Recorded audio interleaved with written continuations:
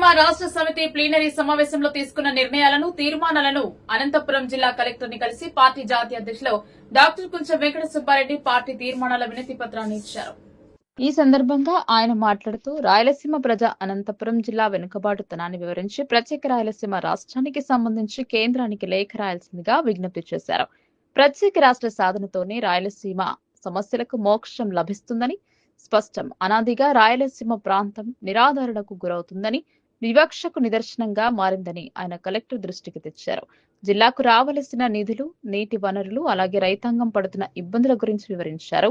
Collector కి రాయలసీమ చారిత్రక నేపథ్యం, అన్ని రంగాల్లో వెనుకబాటుతనం, రాయలసీమ రాష్ట్ర సమితి పార్టీ ఆధ్వర్యంలో జరుగుతున్న పోరాటాలు, ప్రజా సమస్యలు పరిష్కారాలను కూడా కలెక్టర్ దృష్టికి డాక్టర్ కుంచెం తేవడం జరిగింది. ఈ సమస్యలపై కలెక్టర్ సానుకూలంగా స్పందించి రాయలసీమకు మంచి రోజులు వస్తాయన్నారు. రాయలసీమ రాష్ట్ర సమితి పార్టీ తీర్మానాలను కేంద్ర రాష్ట్ర ప్రభుత్వాలు పంపించడం జరిగిందన్నారు.